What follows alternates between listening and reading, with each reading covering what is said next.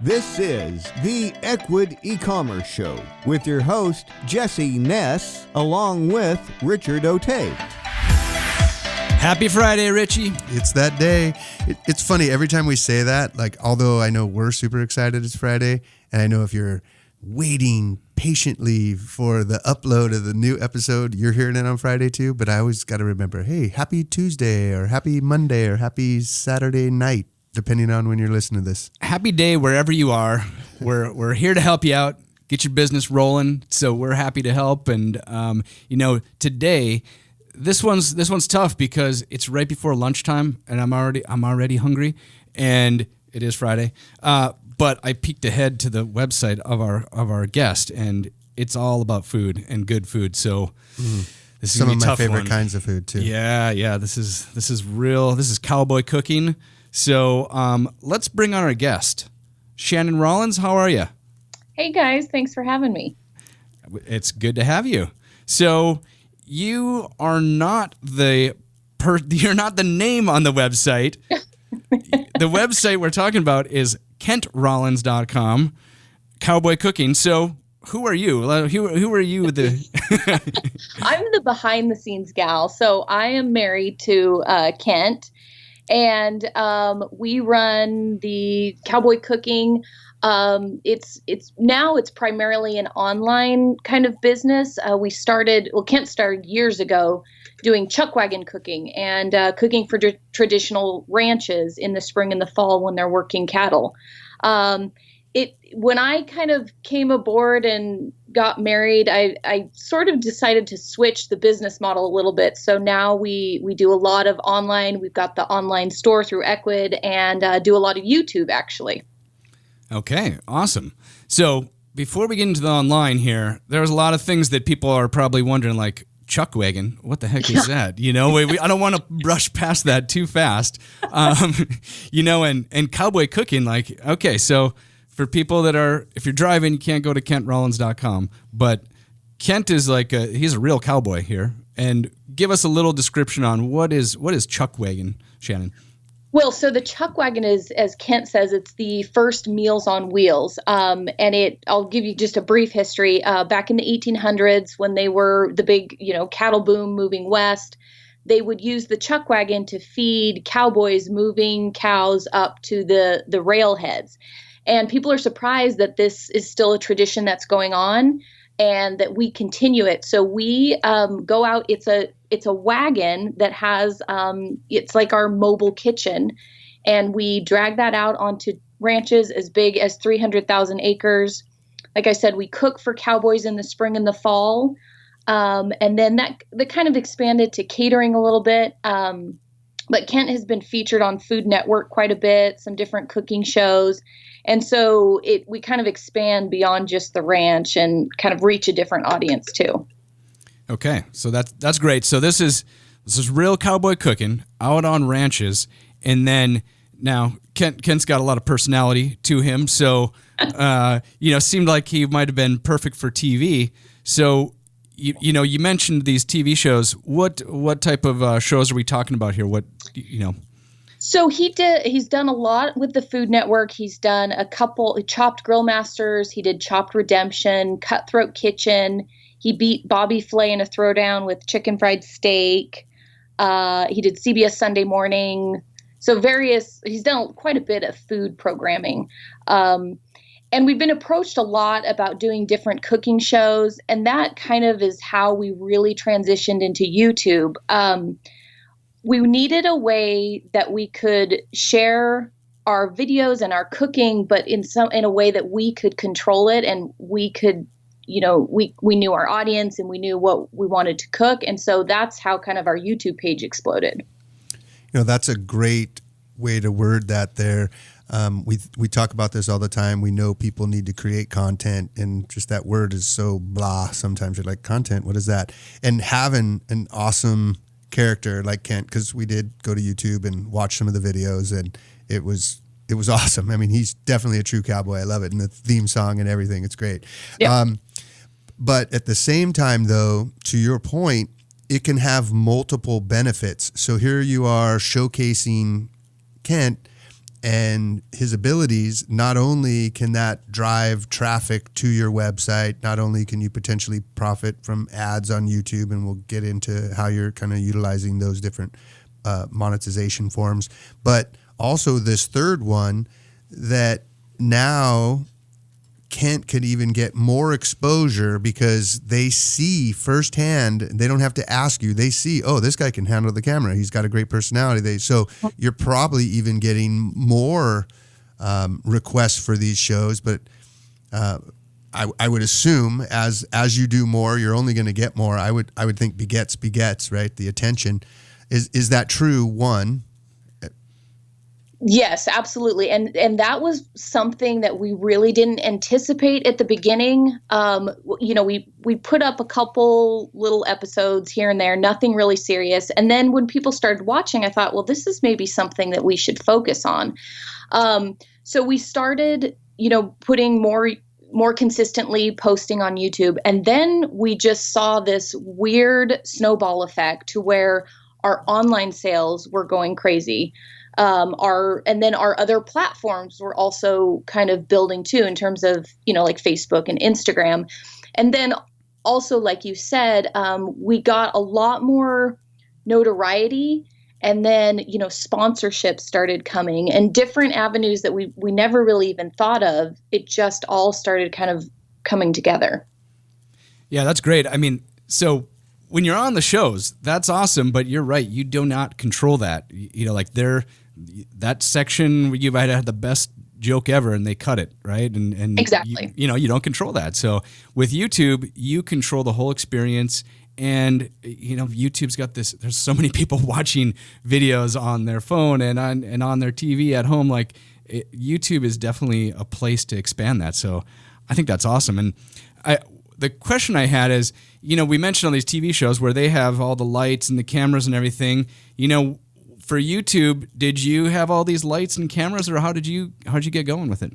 Well, I'm kind of a perfectionist. And so since I'm behind the scenes, I get really particular of thinking, okay, we need the good equipment. And I've been on some of these sets with Kent. I'm like, oh my gosh, do I need a camera guy? And I got real paranoid about it. But what I realized and why I really love YouTube is that it's very organic, and people like more raw and the more genuine feel to YouTube. And so our crew is me holding primarily my iPhone is what we film on. And then of course we have our Beagle, who is kind of, taste tester.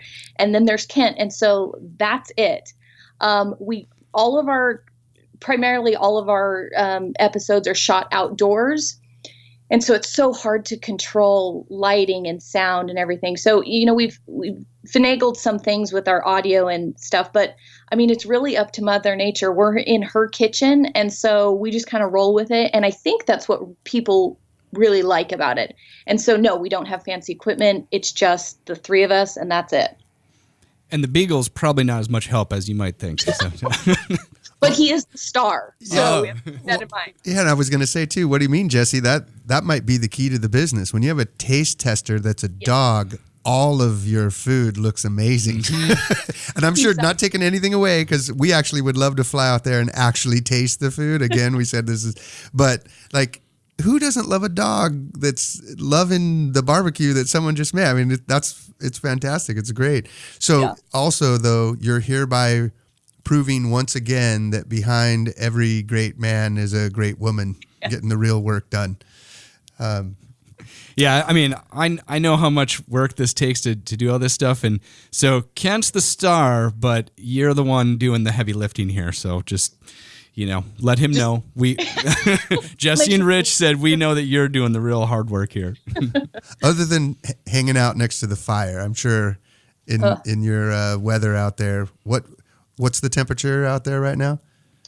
Well, so today it's 105. I mean, there's been days where before we even build the fire, it's 117 degrees. So it gets a little rough. And especially now we're in the summer season, we have to film really early in the morning or late at night, so it doesn't get too hot.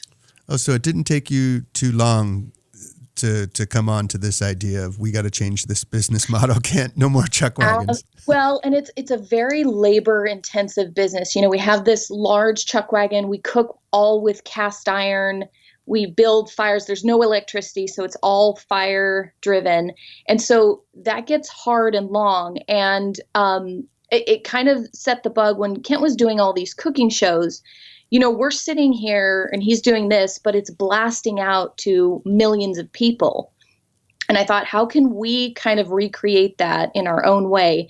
And so instead of us going and, maybe cooking for somebody's birthday party for 20 people, we can sit at home, create a great recipe, sharing, the food and the scenery and our lifestyle, and that can blast out to thousands of people. And so it was a much better way for us to work smarter and not harder.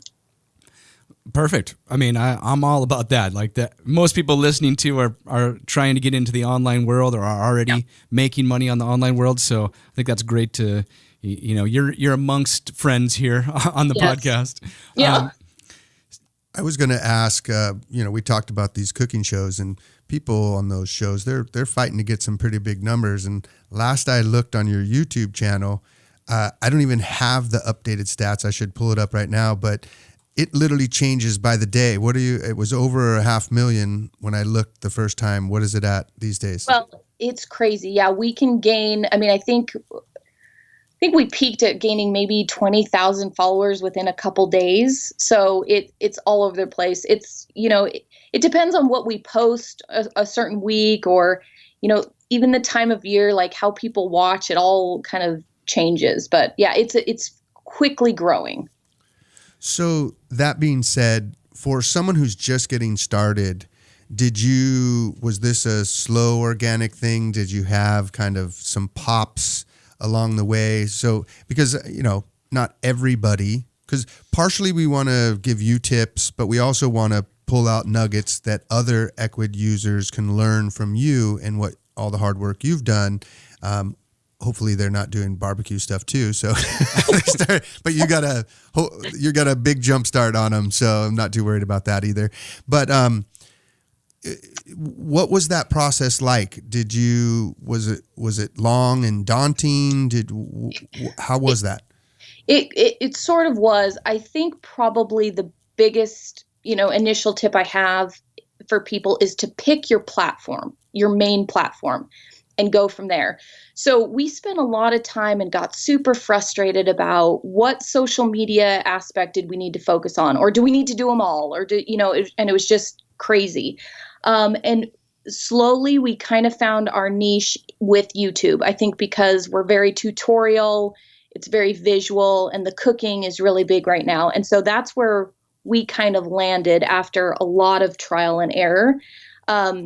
And so the way we do it is we kind of like YouTube is our main platform and focus, and then everything trickles down from there. But having said that, I think you also need to realize that the other platforms for us, it's Facebook and Twitter. We did Twitter a little bit. Twitter isn't really our thing, so I've kind of dropped that. But it's Facebook and Instagram, and they all kind of have to support your main platform. Yeah, I think that's helpful advice for everybody that, as you enter the online world, there's all sorts of shiny objects everywhere. Yes. Boy, I get distracted on a lot of different things, but it really helps to have one main focus. And Yes. for you, that was YouTube. And I think you made the right choice. There's a lot of, it's really entertainment first and how to Yes. at the same time. So, whether you knew it was going to be YouTube from the start or you stumbled across it, I think you're on the right place. So I think that's helpful advice for others. Yeah, and since that seems to be the one that you chose, YouTube, and to your points there, you said it was kind of daunting in the beginning because it was like, where do we go? Where do we start? And then I'd imagine you might not have actually, whiteboarded it or something, but you said, well, what are we working with? We have a cowboy. We have a visual food. People want cooking. You slowly start to realize, well, I think YouTube is going to be the platform we're going to choose. So instead of going down a bunch of the other platforms right now, for the Ecwid listeners that think their products, YouTube might be a great fit, maybe they have something that's takes demonstration to use, or showing someone, maybe they see how fun it is and they might want to go buy it.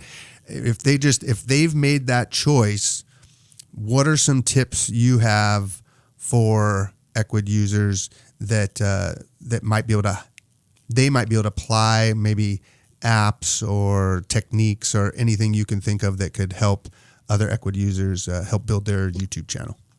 So just kind of an overall deal, I think, is consistency. And for us, you have to train your audience. And, we've tried different posting, like days of the week or multiple times a week. But we found out, we post every week, Wednesday at 2:30, and your audience you start training them, and then they expect it, and then they respond better. And more isn't always better. We were doing 2 or 3 videos and we weren't getting the same viewership. And so for people starting out, particularly in YouTube, but this also, for other platforms as well, train your audience with consistency. And don't always feel like you have to just flood the market with a bunch of content. People, less is sometimes more in that situation. In terms of like a plugin that I use, vidIQ is something that's worked well for us, and that's kind of an SEO deal, and that really helps us kind of look at the back end of YouTube and look at, like, what are people searching for, what would be a good video to post, or how do we title this to get more hits, and that's a free download that you can do, is the vidIQ. Okay, that's good, and we'll include that in the show notes. And I think that's something that's helpful too. That people spend a lot of time making the video, and you do this perfect video, and you edit it and whatever, and then you post it. And if you don't put an appropriate title on it, nobody's going to see it. And it's a lot about reverse engineering too that we found out. We could have the most amazing recipe for a raspberry souffle, but if people aren't searching for it, no one's going to see it. So what we typically do is we step back and we're like, okay, what are trending recipes, or what's really a great, the thing we found that trends really well is comfort food, authentic, traditional. And so we kind of look at those recipes and then work our way in from there. Okay. Yeah. I like that. Yeah. So you don't just make a video and see what happens. You're looking at the data first, then choosing the recipe that fits that, and, but sticking to your brand and your personality. It's not just, Sure. Yeah. I get that.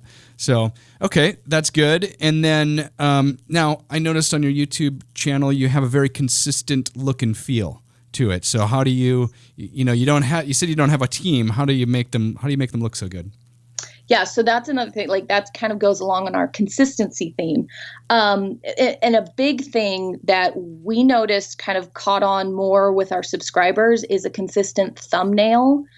And so YouTube will just automatically pick just a random clip from your video and add that as your thumbnail. You never want to use that. I use a program called Canva. A lot of people might be familiar with it. They've got a paid version. I just use the free one. And they have all different kind of templates that you can use, not only for YouTube, but Facebook and other platforms. And it makes it really easy. And so I'll just take a couple still photos of Kent and our food, plug it into the Canva template, and it's good to go. All right. Now, does Kent cooperate? Does he stand still and, That's probably the hardest thing. I'm trying to get Kent to smile, and we don't smile a whole lot. So that is tricky. I'm not that good of an editor. You can't turn that frown upside down via Photoshop or Canva. Sell it, Kent. Yeah, that's good. Well, hey, somebody's got to be the producer, the director out there to push him. But yeah, and I think something I noted here is that the last 3 things we talked about, YouTube, Canva, and vidIQ, they're all free. Right. Or they have free versions, Yes. So, it's not like we're starting with this massive budget here. We're starting with some talent and some drive, but ultimately these are all free tools that you've used, and you have all these followers on YouTube. correct. Yeah. Yeah. So what you're saying then, Jesse, is the biggest expense they have is the food that they're feeding to the beagle. The beagle. What's the beagle's name again? Bonehead. Bonehead. Oh, awesome. I love it. I love it. Now, Shannon, are you also, are you getting ad revenue from YouTube as well? Yeah. So our biggest income from that is through YouTube, and it's a pretty simple process. You just, as you upload, you just hit the monetization that YouTube provides via Google Ads, and it's good to go. And now I'm not sure, they've changed this up. I think you have to have a minimum of, it's like 1,000 or 10,000 subscribers to monetize. Yep. But then after that, yeah, that's where we get a bunch of stream in. Yep. So you get so people show the little the pre, I think it's called pre-roll. So you have the videos ahead of time before your video, and you get paid. Maybe it's fractions of a cent per, but you do get paid for that. So that's kind of one of your main monetization. Well, yes, and what I have learned also when we've kind of switched up our business model and gone online more is you need to have multiple markets or platforms to monetize. So at first we were just monetizing YouTube, but you have to look at like, well, how do we expand this more? And that's when we added our online store, or, added the sponsorship. So you need to make sure you broaden yourself as you go along. Well, that's good. I was going to try to lead you in there, so that's perfect. You knew you got there before I was. So yeah, let's talk online store a little bit. So you have this huge audience, this huge following, and so you sell some stuff on the site now as well. Was that because people were asking for it, or how did that come about? We had a very basic online store. We had like a couple seasonings just to have before we really got into YouTube, and we had very minimal sales. I mean, it was maybe 4 sales a week. Mm-hmm. And then, YouTube started happening, and then we got a more robust store, easier checkout. And then there was just this transition that happened where people were watching YouTube, and you say, hey, if you're interested, we're using this rub, you can get it over here, link it. And our sales exploded. And like I said before, it wasn't something that we had anticipated blowing up like it did. Yeah, I mean, it's a good point. You were so I'll kind of go back to what you said prior to Jesse's question there, and then kind of go into his question as well. So the reason you started to monetize via YouTube in the beginning is you didn't have a lot of traffic. You had a store that was up, but you didn't have a lot of traffic. You said, all right, I'm going to hit this monetization button because by that time you had multiple thousand subscribers. And then it's kind of, let's say, game of ping pong or tennis, or kind of a little bit of back and forth, whatever way you want to look at it, to where you kind of looking at the stats and saying, all right, well, I don't necessarily want to turn off this monetization, but I might be driving people away from my website with this ad, and now we're finally getting more sales. So it's an interesting balance act, and I'm sure you think about that daily. You get enough views. I can tell by looking at your YouTube channel now, and you have enough subscribers that I could totally see why you wouldn't want to turn it off right now. However, as the business gets more and more, I'm sure it can get tempting. What percentage of sales do you have at this point in time that are coming from your YouTube ads and your actual online store, if you don't mind me asking? So, well, in terms of YouTube ads, we don't run any YouTube ads. Is that what you mean? Or I guess the ads that you let people run on your YouTube channel. Oh, like what percentage of it are we getting from ads and what percentage from sales? Correct. It would be pretty close. I think YouTube ads are still outweighing our online sales. But it's starting to even out. That's good. I'm the e-commerce guy, so I like to hear that. And I noticed from looking at your YouTube videos, so basically you just have the links in the kind of the description of the video. You have links that go back to the site. That's the main way? Correct. Yeah. And sometimes I'll have a card, but primarily we'll link it in the description. Okay. That's good. And I think, so one thing I wanted to mention so this is we'll do a little tip section here. So for people listening, there's the ability in YouTube called Trueview for shopping. Have you enabled that yet? I have not. All right. So good. I like to try to provide tips that people haven't done yet. So Trueview for shopping is, it requires your product feed to be integrated with Google Merchant Center. So there's some steps there.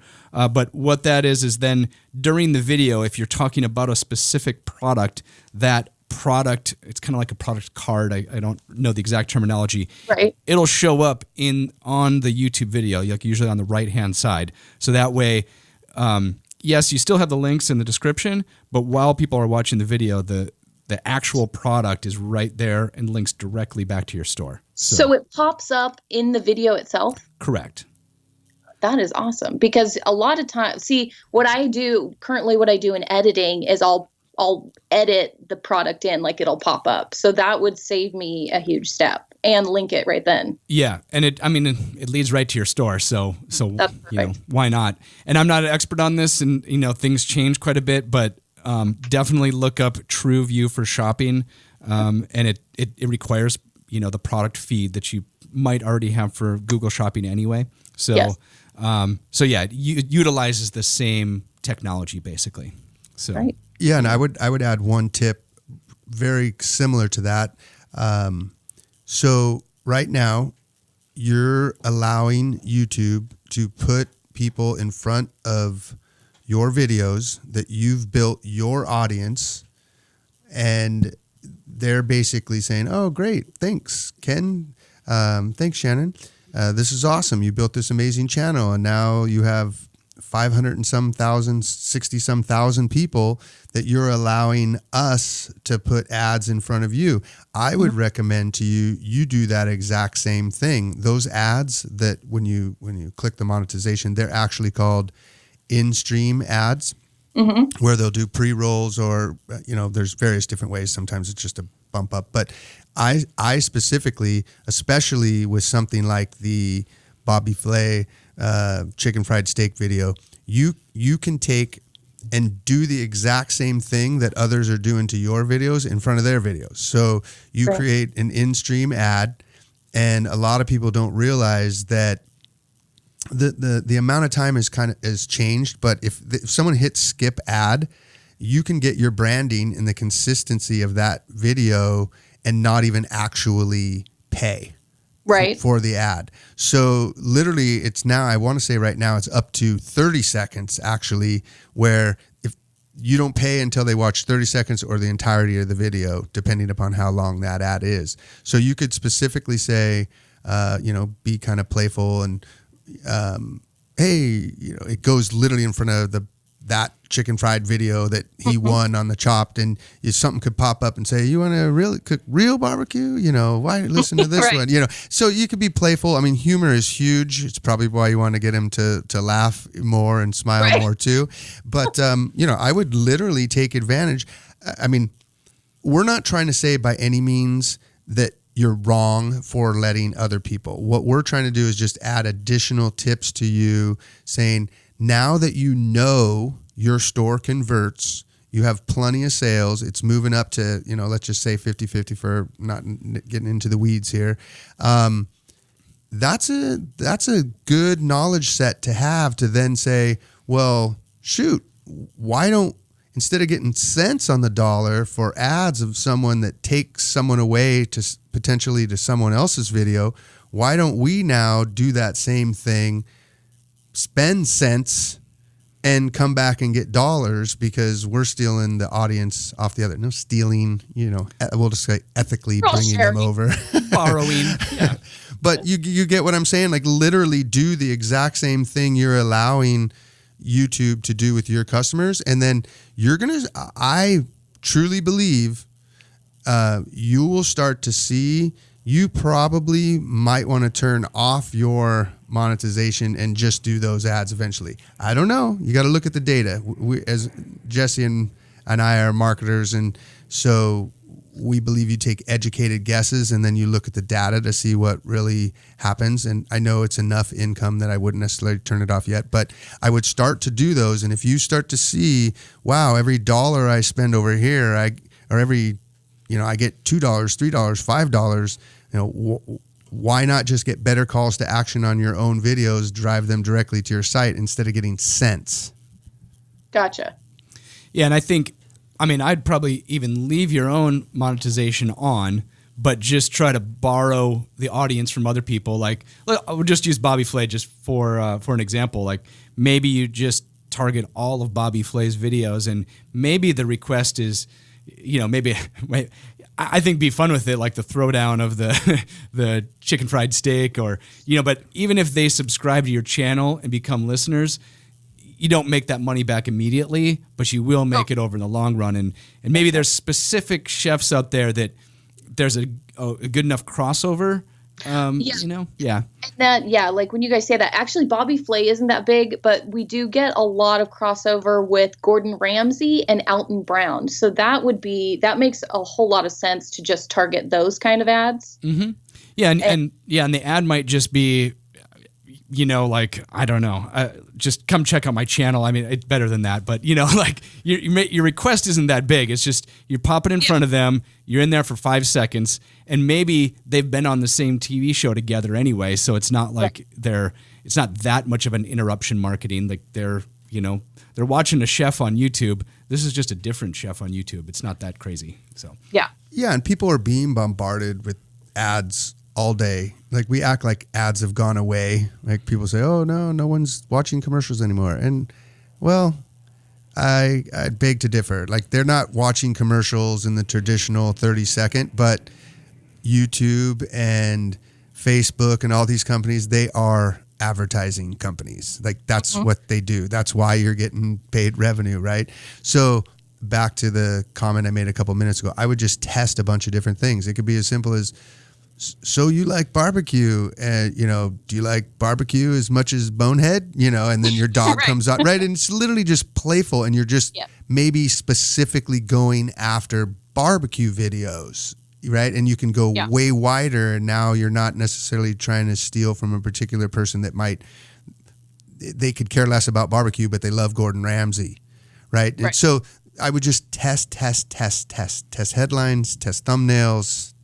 And just a quick aside on that, not everybody, so I'm going to say this for Ecwid listeners that don't know what a thumbnail is. A thumbnail is just the very first image that people see, and that is a huge relevant factor on YouTube. Recommendations and thumbnails are almost more important, if not more important, than search terms, and a lot of people don't realize that. So thank you for providing that tip. I just wanted to let people, Ecwid users specifically, know that that's all a thumbnail is. What is a thumbnail? It's just the very first image. And so you're recommending Canva, to go back to that real quick, as a good application that's free, that people can put the consistent look and feel, keep it as a template, and then as they take more pictures, just throw that new picture in the template so they have the same look and feel. And then you keep the font the same, keep the colors and your branding the same. So yeah, thank you very much for that tip. That's great. That's perfect. Yeah. So, all right, we did a little deep dive on YouTube. So Shannon, I know, you got a lot of followers on YouTube. How about the other social media game here? How are Facebook and Instagram doing for you? They're good. Our Instagram, we've kind of been focusing a little more on Instagram, and that's been catching up more as we've kind of tweaked some different things. I think we're nearly about 20,000 on Instagram and a little over 20,000 on Facebook. Okay. All right. So it's definitely lagging. There's 500,000 plus. I saw 560,000 on YouTube. So, they're not quite up there yet. But yeah, I think you're on the right path here. Is you've kind of got YouTube essentially mastered, right? So now it's, can we also get those videos on Facebook and Instagram?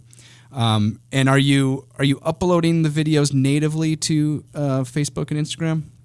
No, I do I do native ones, but it's more either teasers or shortened, edited versions. One thing that we're getting better. You have to tailor your content for the different audiences and the different platforms. So it's not full video length. Our videos run 14 minutes, so that's a little long. It's obviously long for Instagram, a little long for Facebook. So that's why I tailor it a little bit. Got it. Yeah, 14 is probably that's a bit long for for Facebook and for sure for Instagram. Yeah. But yeah, I think those are good. All right. I mean, I don't really have much of a tip there because you're on the right path there. Like Instagram has to be more snackable, different formats, but there is a huge audience there as well. And you might as well start tapping into that. Yeah, and you guys both came on to something there that's actually important for Ecwid users to remember is that each platform, people are going to that platform for a specific reason and a specific purpose. And so, I don't remember the exact stats, but one of the number one things people do besides being entertained on YouTube is to learn to find out how to do things. Yes. And so you're providing it's why you're hitting a home run on YouTube is here's how you cook like this. Here's, the ingredients you use for this. And it's matching up with the platform of what people want to do, and it's entertaining. So you're kind of double dipping there. That's entertaining, and they're learning how to do something. So it's no surprise to me or us why that's a home run for you. Kind of going back to where I think Jesse was going. If you could take those videos,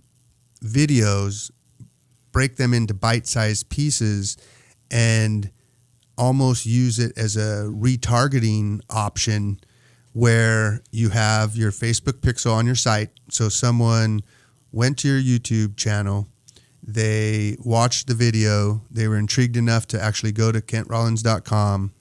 They go to KentRollins.com, they were there, but then it's time for dinner or they're at work or whatever it is, they don't buy. And, stats are somewhere between, it varies from business to business, but universally across the board, it's 1% to 2% conversions. So that means out of every 100 people that went to Kent Rollins, 98 aren't buying. And instead of thinking that as a negative, that 98% aren't buying, in the case that I'm just starting to get into here, if you had a pixel from Facebook, that's super easy to do in your Ecwid store, you then could place these bite-sized snackable videos only in front of the people who've been to KentRollins.com, and you can get those a lot cheaper because now it's these platforms are really just trying to keep people provide a good user experience. And so if they've already watched the video and then they like the video enough to go to the site,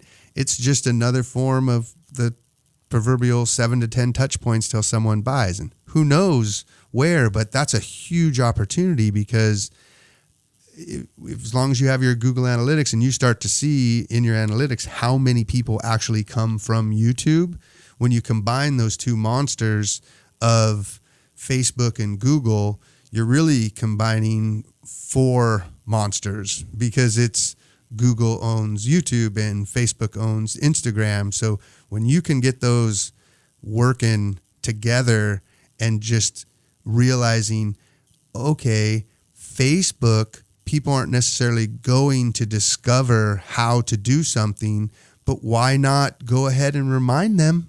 Like they're going and they're looking to see what their aunt is doing. And it's like, oh yeah, we're going to have dinner this weekend. Oh, wow. There's that video again. And now they click and it's like, now that's what they're going to have for dinner Friday when they're connecting with their family. So I think that would be a huge opportunity for you to retarget people that have been on your site, super small videos, make them be the funniest pieces or whatever, try different things. Again, test. Yeah. But that would potentially be a huge opportunity to really see a big lift. Now, I'm not necessarily saying that's going to make a big lift in your subscribers or a big lift in engagement on Facebook, but who cares if they like the video and click and go back to Kent Rollins and buy something? Exactly. And yeah, and that's why I think it's important, like we said, you kind of have to hit all the different platforms and have your, dip your hand in a little bit of everything to make the funnel all kind of come together. Yeah, for sure. Like, you're doing really well on YouTube, but the same people who are watching YouTube videos, they also use Instagram and they use Facebook.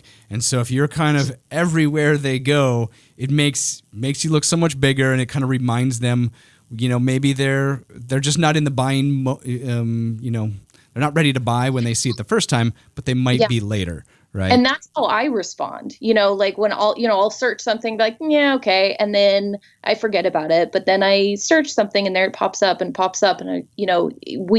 we need that reminder. And right now, the only retargeting I have is just the abandoned cart. And so I feel like I need to kind of expand on that and target it a little more. So this would be perfect.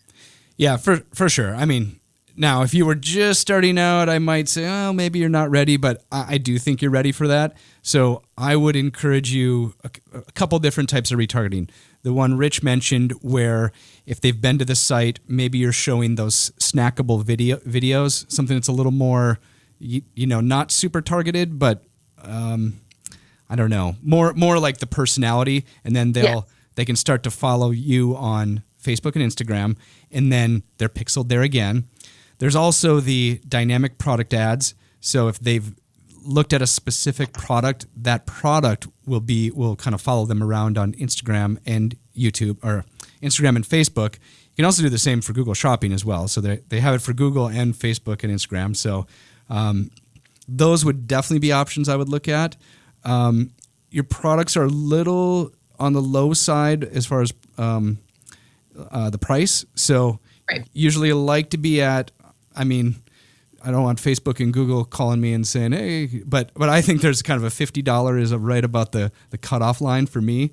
But it can be less. And actually, I looking at your site now, some of the products I imagine you have higher margins on, so you might be able to get away with it at a lower price level because you make the products yourself. So anyway, I rambled on a little bit there, but you should definitely be remarketing on both Facebook and Instagram for videos, and you should be doing dynamic product ads there. And then on the Google side, there's Google Shopping. You might want to look at Google Smart Shopping, I believe, would be good for you because it retargets all over the internet, including YouTube and Gmail and just everywhere. So, yeah. So, you're going to have exponentially more coverage across the internet. And because you already have so many followers, Facebook and Google won't target everybody. It'll only target the people that are more likely to buy. And trust me, they do know who is likely to buy. They have, yes, they know. So they'll specifically target those products to people that are, have shown that they've purchased over history. So there's a couple there. Now, of course, one of my favorite things to mention are the on Facebook and Instagram, the shoppable posts functionality. So have you set that up yet? I have not, but I think that's what you're talking about, where if I'm scrolling through and it's like, hey, we use this product, and there's a little like direct link. Is that what? You got it. Yeah. Okay. So yeah, if you're scrolling through, how to kind of incorporate that. Yeah. So it's not that hard. You need to get a product feed to Facebook. And by the way, for people that are Ecwid users, this is super simple. So in your control panel, just go to the Facebook shop section, and it's going to walk you through all this. And really what it does behind the scenes is it connects your product feed to Facebook. It's actually Facebook Business Manager. And then from there, that product feed, sometimes it takes a little bit of time to get approved with Instagram, because there's no 1-800 number for Instagram. So be a little patient. I don't think you'll have an issue because they're going to see everything looks legit and there's a lot of traffic. But anyway, getting to the point here, those product feeds will then connect with Facebook and Instagram. So then when you do either a post in Facebook, you can now tag a product. So instead of tagging a person, you'll tag a product, and it'll have that little shopping bag and the link to with the price and such. And then on Instagram, it's even more valuable on Instagram because you can't put links in Instagram. You only get one link. Right. Yes. So this is, I think this is a hack that people should be jumping on, because now not only are you're adding a link all over the place on Instagram, but it goes directly to your product. And so people that click on a little shopping tag inside of Instagram, they know what this is. There's no trick here. Like they clicked on the seasoning rub and it said $10 and they click on it, like they know that they're going to be able to buy this thing. So anyway, I think those are it's really easy to do. That's actually free. There's no there's no extra charge for that. You don't have to pay Instagram or Facebook for that. So I would definitely do that, and I'm certain that it will work. What is that called again? So there's not really good naming. Maybe it's called Instagram shopping, or shoppable posts is kind of the term. Okay. So shoppable posts. If you go through Ecwid, it's going to be look for the Facebook side. Okay. I'm not looking at the control panel right now. Sorry, support. Don't be mad at me. But it's in the upper left-hand side. I believe it definitely says Facebook. So perfect. I will look in 5 minutes and be like, oh yeah, that was it. But I think those would definitely take your store to another level. There's a lot of there's a little bit of work involved with some of those, but some of those are also very easy. Dynamic product ads are easy, and shoppable posts are pretty easy as well once you get it connected. And so yeah, I'm excited for you. Actually, I'm like, hey, you got this huge YouTube following. You're already doing well, getting advertising money there, and that's leading to sales in your store. This is just kind of the next level that will definitely take you further. Well, and it sounds like this is stuff that I can integrate pretty easily without having to do a bunch of coding or researching how I need to do that, because honestly, like it's a great benefit, but I don't have a whole lot of time, and that seems like it can integrate pretty easily with what we've got going on. For sure. The Facebook and Instagram shoppable post, that's going to be easy. Trueview shopping, you're going to have to do a little more research on, by the way, just to set it level set there. It's a little bit harder to set up. And then the dynamic product ads, those are actually quite easy because we have automated options inside of Ecwid. So right. So check those out as well. Yeah, other than the Trueview, you actually could probably set up every single thing we just talked about in as long as this podcast is. The longest part of this process will just be once you've attached your product feed to your Facebook store, to actually get approval from your store from Instagram. That's just a waiting game, right? It's not that long. Right. We've seen everywhere from a day to 3 days, somewhere in that zone. But you're not doing anything, just like planting a seed and waiting for the garden to right. grow.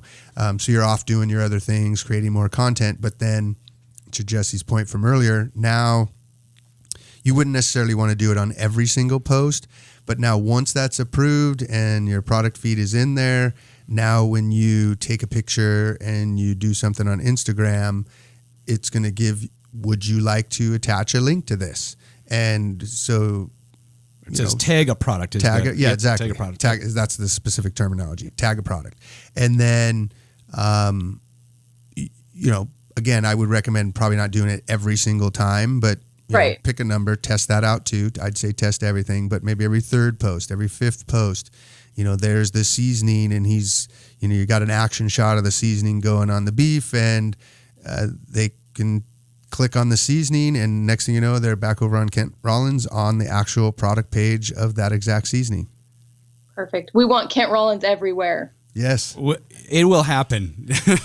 This weekend, you get all these things done, and Kent Rollins is going to take over the internet. So Okay, good. I love it. So Shannon, is there any other questions we could answer? Any help we could provide? I don't think so. That really covers it and gives me some good stuff that's kind of quick action and then also a little more in the future. So I like it. Awesome. Yeah, and I was just going to say, normally we talk after and ask, oh, you need to send a picture in. But I was just, since we referred to him so many times, can we have a picture of the whole team? You may or may not have the whole team, but when you send us after this for just so we can put that and see Bonehead and see Kent and see you all, and you can take a selfie since you're the iPhone user. Yeah, and we definitely want to see you. This is not behind the scenes today. This is your front and center. I'll have to take a shower. That's the only problem. I like being behind the scenes. Yeah, you don't have to, but the good news is you only have to do this picture once. Yes. Set it and forget it. And smile, though. You have to smile. Otherwise, your husband will be like, hey, you're telling me to smile all the time, Awesome. And then, so when, if people want to learn more about your husband, where he's going to be to, taste the food in person, like where can they go? Yeah. So KentRollins.com is our main website, and that clicks to everything else. We've got events listed there. Of course, you can check out Cowboy Kent Rollins on Instagram, Facebook, and YouTube as well. All right. We got the full coverage, and once you go there, everybody, I hope you're going to be pixeled. Yes. That means Shannon has followed our advice, and you're going to... Just ready. Yeah, I love it. All right. Rich, any last questions here? No, I don't have any questions. I am just very hungry, and it's perfect timing because it's lunchtime for us here. So I'm ready to get going, and I'm ready to let you get back to work and keep the business growing, and say hi to Bonehead for us. Perfect, guys. Hey, thank you for all the tips. Of course. All right, Shannon. Really appreciate you being on the show. Everybody listening, check out KentRollins.com and check out Ecwid.com/podcast for all the details. Thank you.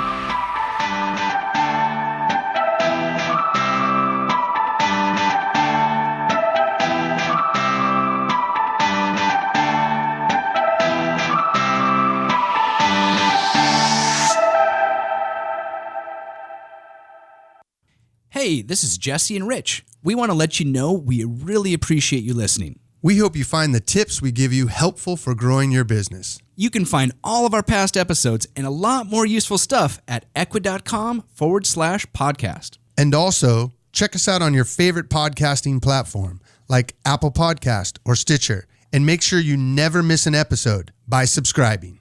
Be sure to let us know what you think by rating and reviewing so we can serve you better. So subscribe on your favorite platform. And come join our community, check out the transcripts, or tell us why you would be a great guest at Ecwid.com/podcast.